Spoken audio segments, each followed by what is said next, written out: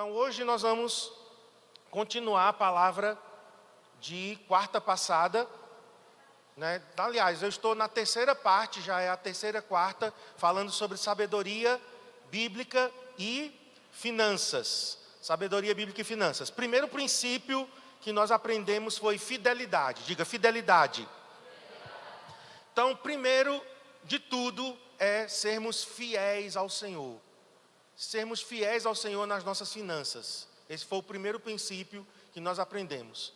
Semana passada nós aprendemos o segundo princípio, que foi responsabilidade. Diga responsabilidade.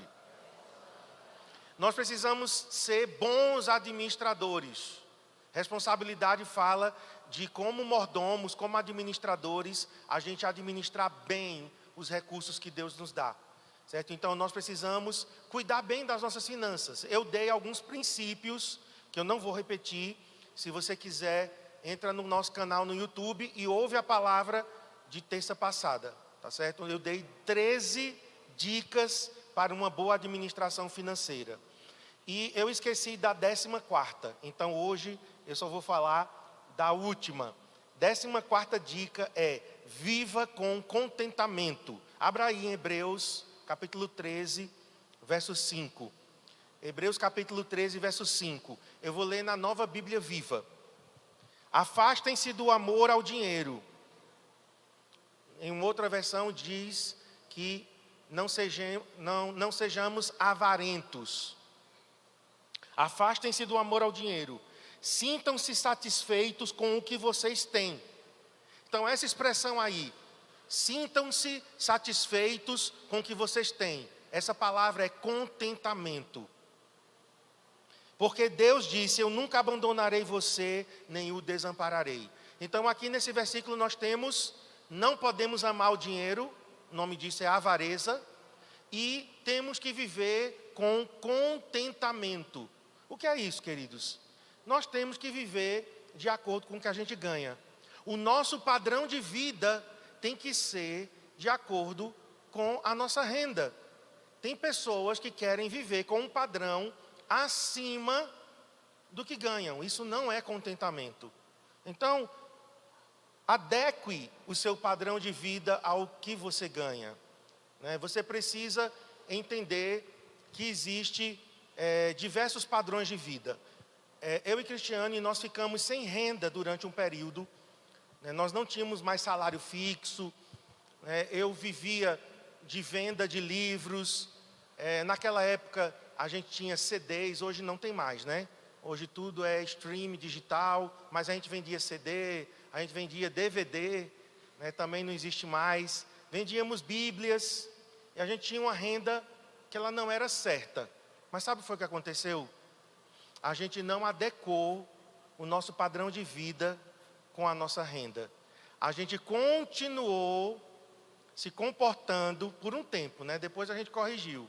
Mas por um período de tempo, a gente continuou fazendo as mesmas coisas que a gente fazia, porém a gente não estava mais recebendo o que a gente recebia. As rendas tinham diminuído, a receita tinha caído e nós mantivemos os gastos. Isso significa o quê? Não é preciso ser especialista em finanças. Se eu estou recebendo isso e estou gastando isso, significa o quê? Endividamento. Endividamento total.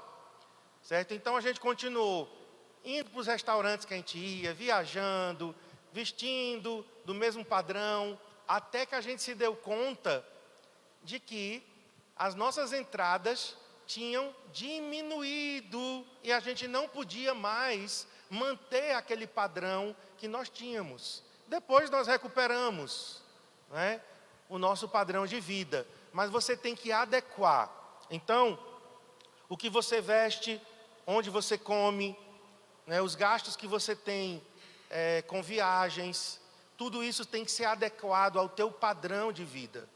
Então, se você ganha, digamos, 5 mil reais por mês, como é que você vai ter um padrão de vida que exige de você 7 mil por mês? Você tem aí 2 mil de déficit todos os meses. É bom segurar ele ali um pouquinho, que as pessoas estão se distraindo. você vai ter um déficit de 2.000 por mês. Se você mantiver um déficit de 2.000 por mês, vezes 12, em um ano você vai ter uma dívida de quanto? Sem contar com juros. R$ 24.000. R$ 24.000 de déficit acumulado. Então você tem que adequar o seu padrão de vida com o que você ganha, certo? Então, por exemplo, eu e Cristiane tiramos férias, né? A gente tira férias 2 vezes por ano, mas nós tiramos férias dentro do nosso padrão. Em novembro, por exemplo, foi uma coisa extra, que nós fomos para um resort, all inclusive, né? Passamos lá 3 dias, mas foi um presente que nós ganhamos. Eu não tenho como todas as férias, eu, Cristiane, Adriel, Abner, levamos Bia junto, irmos para um resort all inclusive passar 10 dias. Não tem como, nem que eu quisesse. Não tem como, o nosso padrão financeiro hoje não se adequa a isso. Então, o que é que eu faço? Alugo uma casa, um apartamento pelo Airbnb, né? Vou lá no Booking, faço pesquisa, né? Nós fazemos as compras, a gente mesmo prepara nossas refeições. Então veja, as férias são adequadas ao padrão de vida, ao que nós temos disponível. E eu sempre coloco um valor disponível. Então, para as férias de janeiro, eu tenho tanto disponível para as férias. Eu só vou gastar até isso. Então, as férias todas têm que ser colocadas dentro daquilo ali. E isso serve para o nosso dia a dia. Porque às vezes nós queremos comer em restaurantes mais caros, a gente quer vestir roupas mais caras, né? Quer trocar de celular sempre. E você tem que saber, né, se esse padrão você pode manter, tá bom? Então essa é a 14ª dica. E aí terminamos a parte de responsabilidade. Outra coisa, irmãos, essa palavra ela não foi preparada pensando em uma pessoa específica. Porque tem gente que quando vê a gente pregando aqui, aí ela acha assim, o pastor hoje, a pastora está pregando para mim.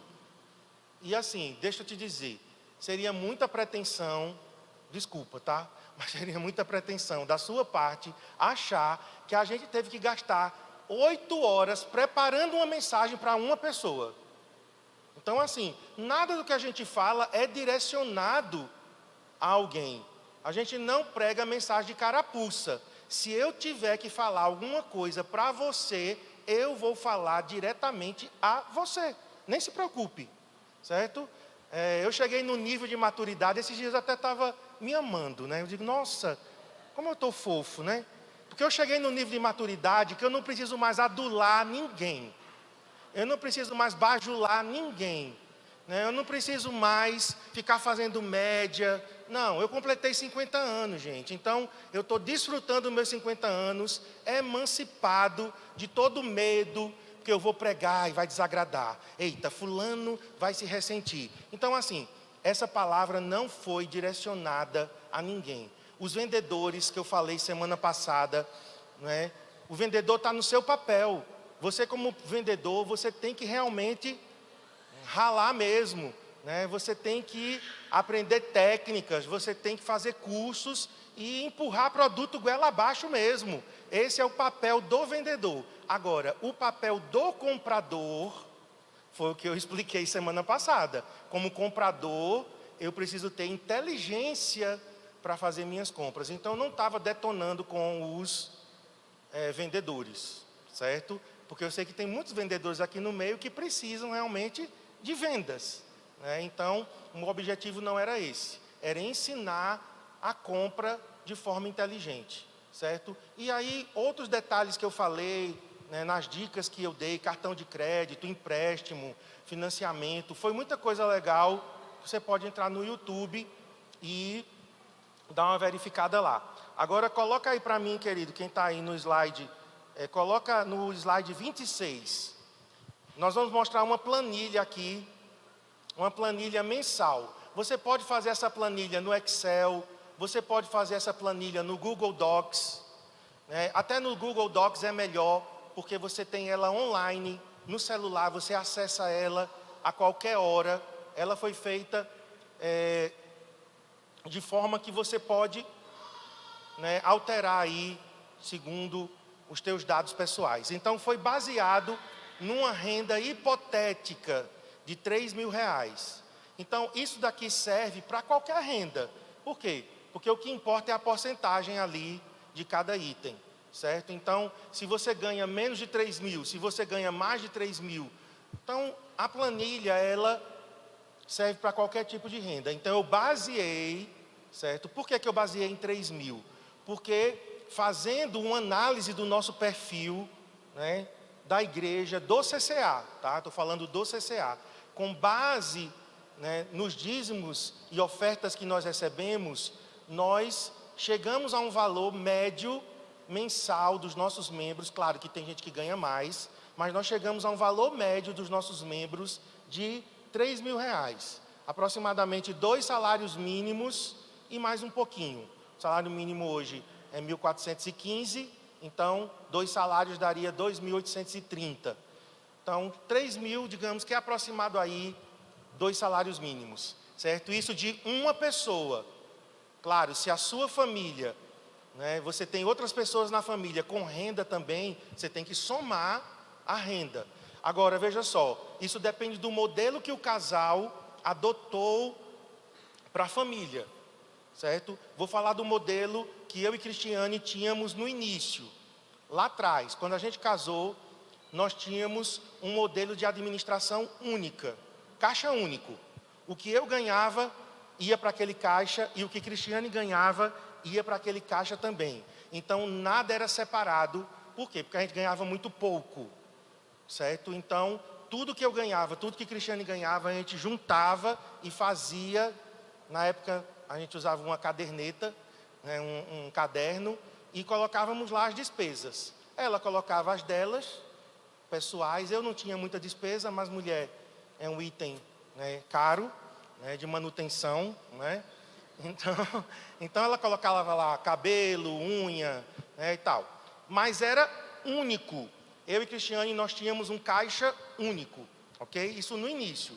Depois que a gente foi caminhando, com o passar do tempo, aí nós fomos separando um pouco mais as finanças, certo? E hoje, qual é o nosso modelo hoje? Hoje, nós estamos com caixas separados, certo? O que Cristiane ganha, ela ganha só para ela, né, gastar com as coisas dela, com os compromissos dela. E eu, o que eu ganho? Eu banco todas as despesas da casa, certo? E alguma coisa mais, que homem não tem muita coisa assim.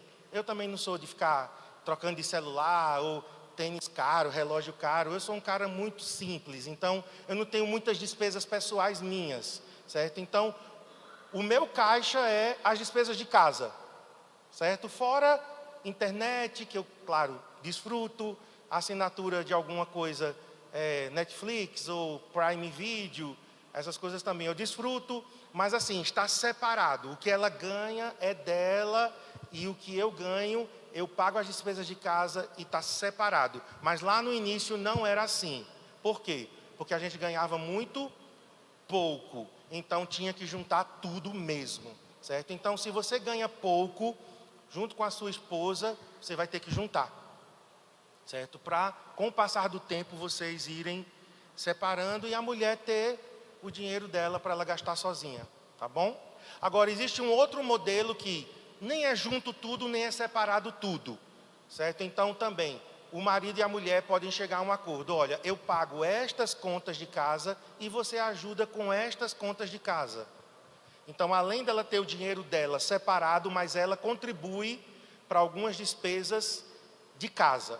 Também é um modelo que pode ser adotado. Digamos que você é casado e tem filhos que podem ajudar nas despesas de casa. Podem não, devem, né? Então, você também pode chegar num acordo. Olha, eu pago isso, isso e isso, como marido, como cabeça.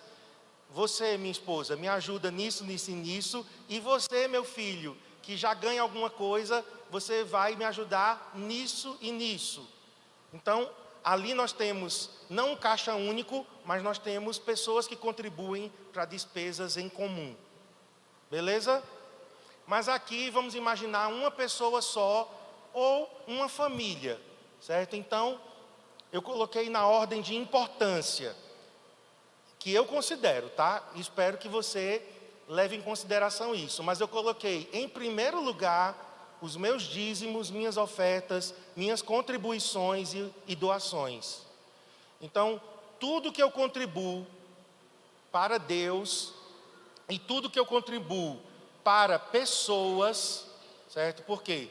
Porque eu contribuo com oferta missionária para alguém, eu contribuo para o projeto Isaías 54, eu contribuo com o projeto de poltronas. Então, tudo isso vai estar naquela primeira linha ali, certo? E corresponde a 15% de 3 mil, certo? Então, está incluindo já dízimos, ofertas, doações, contribuições, tudo que você faz, ou para Deus, ou para a igreja, ou para pobres, ou para necessitados, ou para uma instituição, você vai colocar naquela primeira linha ali, tá? Então, 15% de 3.450. A segunda linha são os gastos mensais fixos. É aquilo que a gente não pode deixar de pagar todo mês. Então, se você vive de aluguel, é um gasto mensal fixo. Eu coloquei aluguel ou financiamento, que talvez você não vive de aluguel, mas você tem uma prestação do financiamento da casa. Então, está ali, gasto fixo, certo? Alimentação, porque a gente come todo dia, tem que fazer compras todo dia. Educação, para quem tem filhos na escola, ou se você paga universidade, faculdade. Água, luz, internet, ou seja, tudo que se repete de um mês para o outro. Tem conta que ela vai ao longo do ano e ela não deixa de existir. São gastos mensais fixos. E esse bolo aqui, essa fatia do bolo é a maior de todas. Então eu coloquei aproximadamente ali 58% em gastos fixos. Contas que vão se repetir de um mês para o outro. Então dá ali, 1.840. Terceira linha, coloquei gastos anuais. Gastos anuais são aqueles que só acontecem uma vez por ano. Mas você precisa se planejar durante todo o ano, certo? Então, quais são os gastos anuais? Quem tem carro? IPVA. Quem tem casa? IPTU. Quem tem filho? Matrícula, material escolar, seguro do carro, um seguro de vida, que você faz uma vez por ano, um seguro residencial, que você faz uma vez por ano. Então, isso é gasto anual. Mas você precisa, como eu volto a repetir, planejar esse gasto ao longo do ano. Você não vai deixar para se preocupar com a matrícula e com o material escolar no mês de fevereiro. Eita, não tenho dinheiro. Aí você vai e parcela para frente. Se houver a programação, você vai ter parcelado para trás. Significa que você vai ter a reserva exata para pagar aquilo à vista. Certo? Porque você se planejou durante o ano todo, tá? Depois eu coloquei lazer, né? Então, depois de gastos fixos, depois das nossas contribuições, gastos fixos e gastos fixos mensais e anuais, aí então a gente vai pensar no lazer. Porque tem muitas pessoas que colocam o lazer antes de tudo. Então, a pessoa luxa muito nas férias e quando volta, não tem o que comer durante o mês. Então, isso é completamente sensato. Podemos tirar férias? Sim, podemos. Podemos não, devemos tirar férias. A gente pode comer fora, de vez em quando, vai para um restaurante, vai numa pizzaria. Sim, com certeza. Mas, olha, 10%, eu esqueci de dizer a porcentagem, 10% iria para os gastos anuais fixos. Então, se você pegar 300 e multiplicar por 12, vai dar quanto ali? 3.600. Então, 3.600 é o que você tem para gastar com aqueles gastos fixos anuais, certo? É claro que você tem que somar primeiro quanto você tem de despesas fixas anuais, Isso aí é uma hipótese apenas. Lazer e férias. Então, você divide as suas férias em 2 períodos, que eu aconselho que você faça isso, certo? Você tirar 30 dias de férias, provavelmente você não vai ter dinheiro para viajar os 30 dias. Então, você pode dividir em 2 períodos de 15, 3 períodos de 10, se a tua empresa permite, se você trabalha por conta própria, isso vai te ajudar a você planejar melhor. Viagem, comer fora, então 7% ali dá 210 todo mês, tá? Todo mês. Então, se você multiplicar 210 por 12, né, vai dar aí 2.000 e pouco, que você vai ter disponível ao longo do ano, certo? Mas pastor, 2.000, veja só, você ganha 3.000. Se você ganha 3.000, como é que você vai querer comer fora todo domingo? E gastar R$100 todo domingo? Não tem como. R$400 de comer fora todo mês. Se você ganha R$3.000, entende? Então, tem que ser proporcional ao que você ganha. Depois eu coloquei uma reserva emergencial. E essa daqui, é muito interessante isso aqui. Por quê? Porque nós geralmente não temos essa reserva emergencial. Ela equivale a 6 meses de salário. Então, eu coloquei a hipótese de 3.000. O que é uma reserva emergencial? 6 vezes 3.000. Dá quanto? 6 vezes 3.000? Vocês estão assim o quê? Chocados? Vocês estão travados? 6 vezes 3.000? 18.000. Ou seja, quando você... Imagina que você tem um barril. E esse barril, você tem que enchê-lo com 18.000. Quando você enche esse barril com 18.000, você tem uma reserva emergencial garantida. Significa o quê?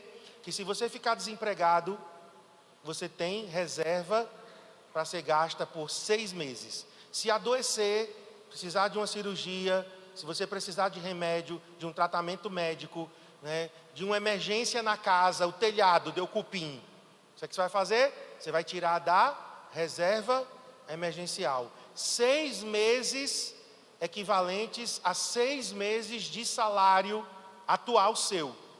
Então, se o teu salário é 10.000, sua reserva emergencial tem que ser 60.000. Certo? Aí, depois que você consegue fazer a reserva emergencial, porque eu coloquei ali, 150. A reserva emergencial de 3.000 seria 18.000. Quantos meses eu preciso economizar 150 para completar a minha reserva emergencial? 18.000 dividido por 150. Vai ser muito tempo. A reserva emergencial não vai ser de uma hora para outra. 120 meses. 10 anos. Hã? Ok. Não.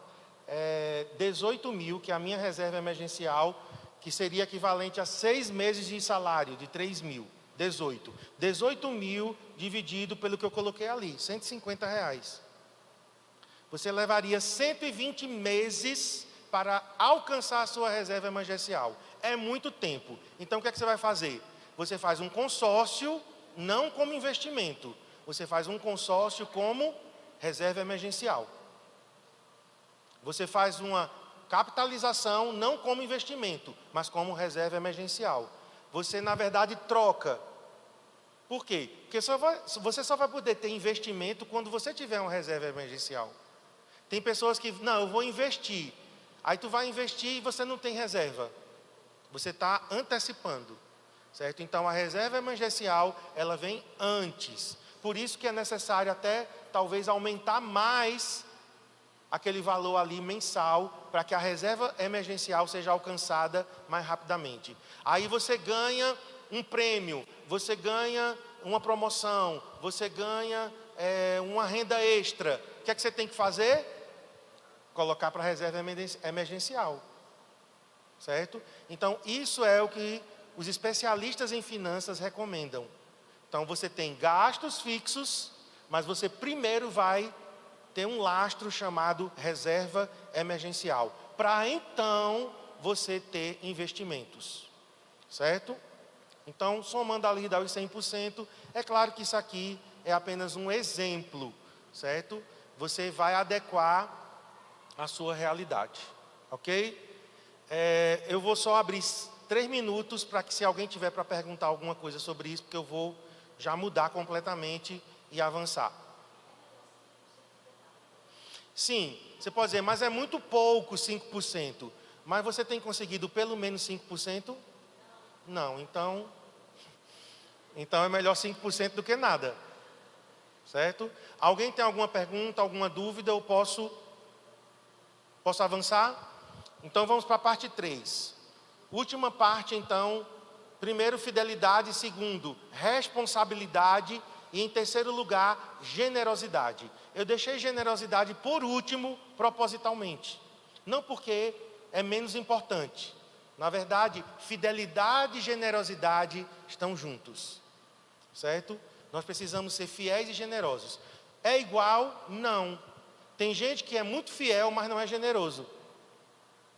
Certo? Então, uma coisa não é igual à outra. Eu posso ser muito fiel e não ser generoso. E eu também posso ser muito generoso e não ser fiel. Então, os 3 aí é um tripé.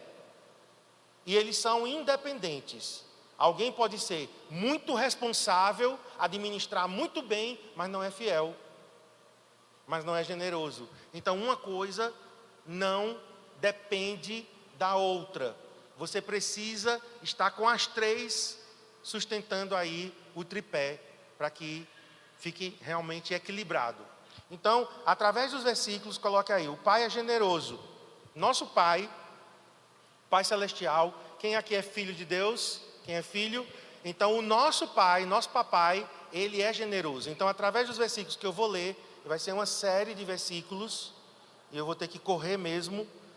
Nós vamos ver a generosidade do nosso Pai, provado pelo fato dele ter dado Jesus como nosso Salvador. Deus deu o seu único filho, Deus deu o seu maior tesouro, Deus nos deu a sua maior reserva para nos salvar. Primeiro versículo, João 3,16. Vamos ler comigo? Porque Deus amou ao mundo de tal maneira que deu o seu Filho unigênito para que todo o que nele crê não pereça, mas tenha a vida eterna. Deus deu quem? Seu Filho. Agora vamos para o próximo, Romanos 8,32. Vamos ler? Aquele que não poupou o seu próprio Filho, antes por todos nós o entregou, porventura não nos dará graciosamente com ele todas as coisas? Deus não poupou o seu próprio Filho. Poupar é uma palavra ligada a finanças. Deus não poupou, Deus não economizou pelo fato dele ter dado o seu próprio Filho. Ou seja, Deus excedeu na sua doação. Ele foi generosíssimo. Vamos lá, próximo. 2 Tessalonicenses 2,16. Vamos ler? Ora, nosso Senhor Jesus Cristo mesmo e Deus, o nosso Pai. Vamos lá, gente? Ora, nosso Senhor Jesus Cristo mesmo e Deus, o nosso Pai, que nos amou e nos deu eterna consolação e boa esperança pela graça. Então, através de Jesus, além da salvação, Ele nos deu eterna consolação, boa esperança. 1 João 3,1. Vamos comigo? Vede que grande amor nos tem concedido o Pai, a ponto de sermos chamados filhos de Deus, e de fato somos filhos de Deus. O grande amor do nosso Pai.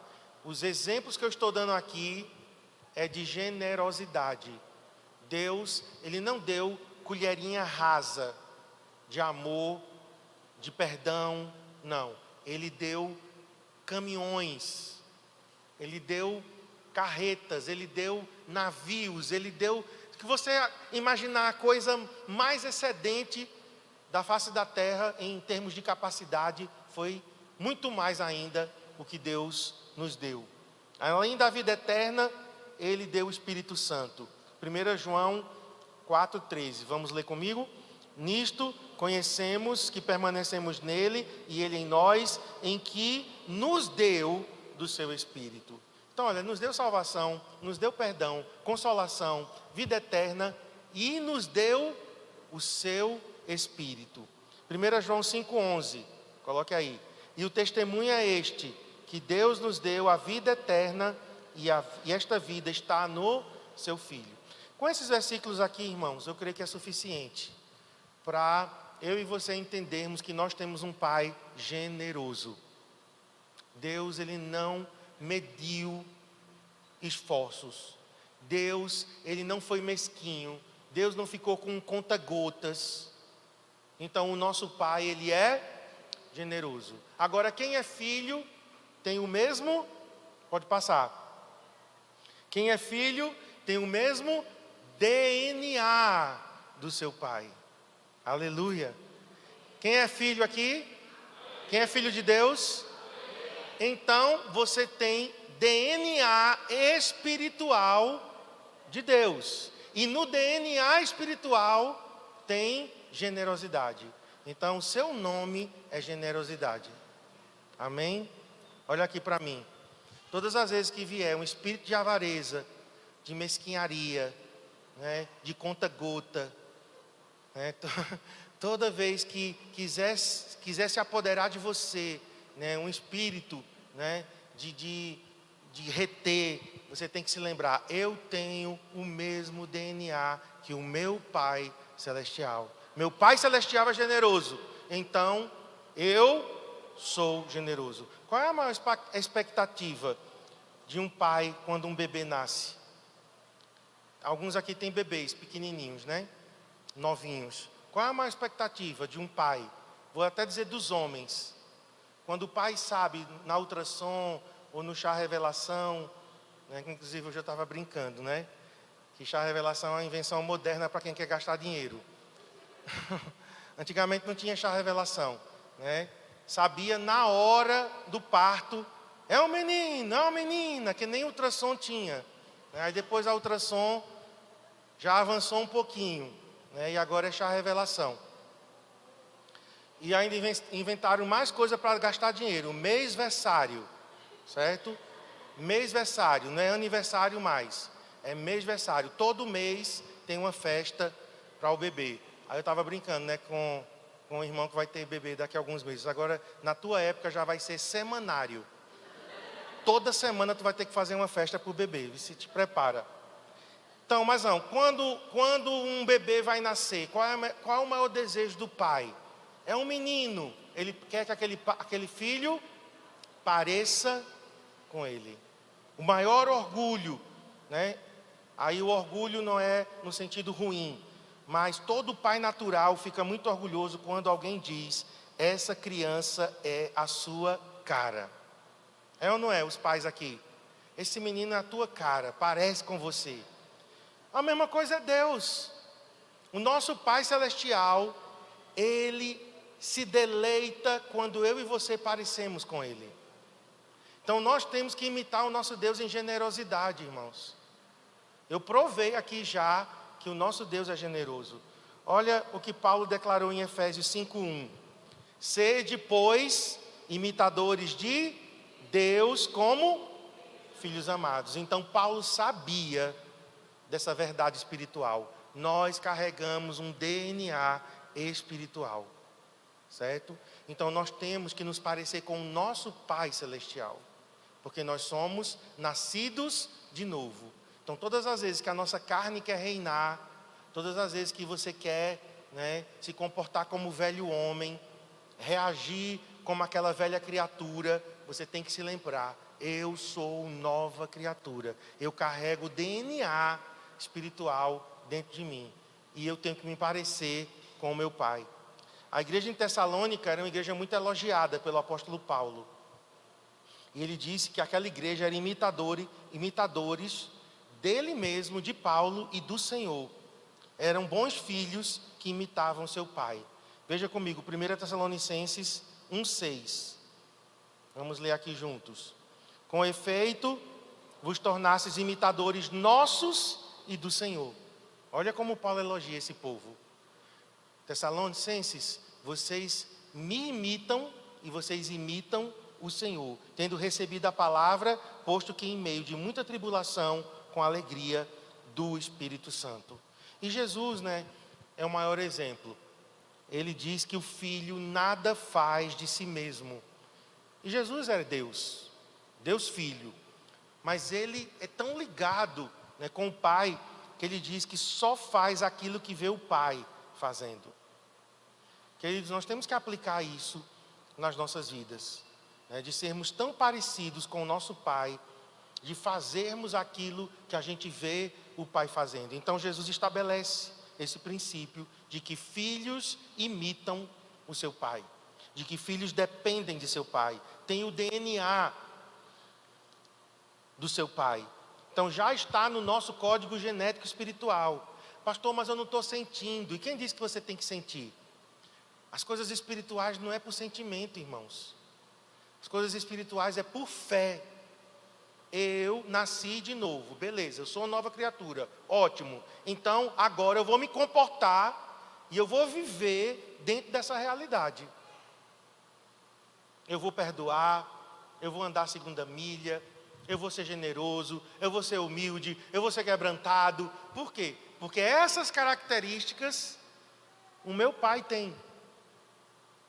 Então veja o que Jesus disse em João 5,19. João 5,19. Nós vamos terminar agora com esses dois textos, tá? João 5,19. Vamos ler comigo? Então lhes falou Jesus: em verdade vos digo que o Filho nada pode fazer de si mesmo, senão somente aquilo que vi fazer o Pai, porque tudo que este fizer, o Filho também semelhantemente o faz. Agora vamos para João 8,28. É o último texto para a gente encerrar. Disse-lhes, pois, Jesus: quando levantardes o Filho do Homem, então sabereis que eu sou, e que nada faço por mim mesmo, mas falo como o Pai me ensinou. Então Jesus era um filho que imitava o seu pai. Com essa palavra, o que é que eu estou querendo dizer a mim e a você? Que nós temos que ser generosos, irmãos. Por quê? Porque generosidade faz parte do caráter do nosso Pai. Então, eu e você não temos que dizer assim: eu não posso, eu não consigo. Tem pessoas que estão apenas pensando do modo natural. Estão pensando como você antes de Cristo. Mas em Cristo, nós somos diferentes. E nós temos que nos ver de acordo com a ótica espiritual. Então, enfatizando a generosidade, né? Muitas pessoas, elas foram criadas num sistema de avareza, de escassez, de miséria. Elas foram criadas de forma egoísta. Essa foi a nossa antiga vida, certo? Que, com certeza, cada um aqui viveu alguma história, né? Na questão financeira, por exemplo. Dentro de casa, talvez você cresceu em um ambiente onde era tudo escasso. Talvez alguns aqui passaram necessidade, né? Você chegou talvez a passar até fome. Ou talvez, né, você cresceu com um pai muito materialista, que falava muito de dinheiro, que o dinheiro era mais importante do que pessoas. Então, o dinheiro, às vezes, dentro de uma casa, ele é um ídolo, né? Algumas pessoas talvez passaram por dificuldades, e o que é que isso gera? Um sentimento de insegurança. Você tem medo de sofrer de novo, né? Você tem medo de passar necessidade, e tudo isso faz com que a gente cresça e nos tornemos adultos ainda presos àquelas situações. Aí a gente nasce de novo. Eu estou terminando, tá, irmãos, para a gente orar. A gente nasce de novo. O que é que significa? Significa que as coisas velhas passaram. 2 Coríntios capítulo 5, verso 17. Esse é um texto para você memorizar. Se alguém está em Cristo, nova criatura é. As coisas velhas já passaram, e eis que tudo se fez novo. Então veja, eu tive uma vida antiga, eu aprendi tudo errado, na minha família era tudo errado, né, tudo fora do lugar, egoísmo, avareza, escassez, miséria. Aí você nasce de novo, agora é uma nova realidade. Então em Cristo você precisa tomar posse. Em Cristo eu sou uma nova criatura. Em Cristo eu sou uma nova criação. A palavra criatura aí pode ser também traduzida por uma nova criação. Então, nós estamos começando, a partir do novo nascimento, uma nova história. A gente não tem que ficar preso e repetindo a história dos nossos pais. Então, nessa questão de generosidade, eu tenho aprendido, queridos, a ser generoso. Por quê? Minha mãe era muito generosa, mas meu pai não. Então, eu fiquei oscilando entre esses dois, entre essas duas pessoas que eram exemplo para mim. Meu pai, ele não era de valorizar pessoas, relacionamento, estar junto. Então eu estou aprendendo. Desde a minha conversão, estou aprendendo a valorizar pessoas, a amar pessoas, a ser generoso. Por exemplo, eu fui criado num sistema que eu tinha tudo em minhas mãos. Minha mãe, por zelo, por excesso de cuidado, ela dava tudo em minhas mãos. Então, eu aprendi o que com isso? Que eu sou o centro das atenções. Então, eu achava que todo mundo era devedor a mim de alguma coisa. Eu ficava chateado quando alguém não fazia alguma coisa por mim. Porque eu fui criado como se eu fosse o centro das atenções. Certo? Então, eu não tinha generosidade. Eu dizia a Cristiane, eu não tenho problema nenhum em receber. A Cristiane dizia, mas eu tenho tanto problema de receber presente, tenho dificuldade de receber presente, já é outra coisa, certo? Por conta da história que ela viveu. Eu dizia, pois eu não tenho não, eu gosto tanto de receber presente. Eu não tenho problema nenhum, não fico constrangido, de jeito nenhum. Mas isso não era uma questão apenas, ele é muito curado, não. É porque eu achava que as pessoas tinham obrigação de me dar as coisas. Então isso gerava em mim, não era generosidade. Então eu tenho aprendido a ser generoso. Certo? Então é um aprendizado. Mas eu quero orar com você agora. Fique em pé. Então, vamos orar por esse último ponto agora. Se você percebe alguma falta de generosidade, se você é daquela pessoa que é tudo contadinho, se você faz questão de centavos, vai para o restaurante, faz aquela conta, e em vez de você assim, não gente, eu pago R$10 a mais, aí fica de troco, ou você recebe pessoas na sua casa, você gosta de abençoar pessoas. Analisa teu coração, fecha seus olhos agora. Pense aí, nesse quesito de generosidade. Como é que você está? Como é que você se avalia? De 0 a 10. Que nota você daria à generosidade? 0, extremamente mesquinho. 10, extremamente generoso. Mas que nota você daria aí nesse intervalo? Onde é que você precisa melhorar nessa questão de generosidade? Senhor, queremos analisar nosso coração, porque aprendemos aqui que o nosso Pai Celestial é generoso. O Senhor não poupou o seu próprio Filho. O Senhor entregou Jesus, o presente maior que o Senhor tinha. A pessoa mais importante que o Senhor tinha era o seu Filho. E o Senhor entregou Jesus para nos salvar. E agora queremos ser imitadores do nosso Pai Celestial, porque no nosso DNA espiritual está a generosidade. Eu oro para que você mude aqui histórias. Pessoas que foram educadas de forma errada, pessoas que cresceram vendo o dinheiro de uma forma tão errada, Senhor. Alguns aqui passaram por escassez, miséria, fome, alguns passaram por necessidade, outros foram ensinados que o dinheiro é mais importante do que pessoas, outros foram ensinados, Senhor, que por dinheiro a gente deve até matar e morrer. Tantos ensinamentos errados, que o dinheiro é só para nós, que é para vivermos em função do nosso dinheiro, e o dinheiro se torna um Deus na nossa vida. Eu oro, Senhor, para que todos esses conceitos errados possam ser tirados, substituídos pelo conceito correto da tua palavra. Que o Senhor nos dê fidelidade, que o Senhor nos dê responsabilidade e que o Senhor nos dê generosidade. Nós oramos agora por isso, lutando agora contra nós mesmos, contra a nossa velha natureza. Todo espírito de mamon, de avareza, todo espírito de idolatria, à riqueza, aos bens materiais, que o dinheiro ocupe o lugar correto em nossos corações. Em nome de Jesus.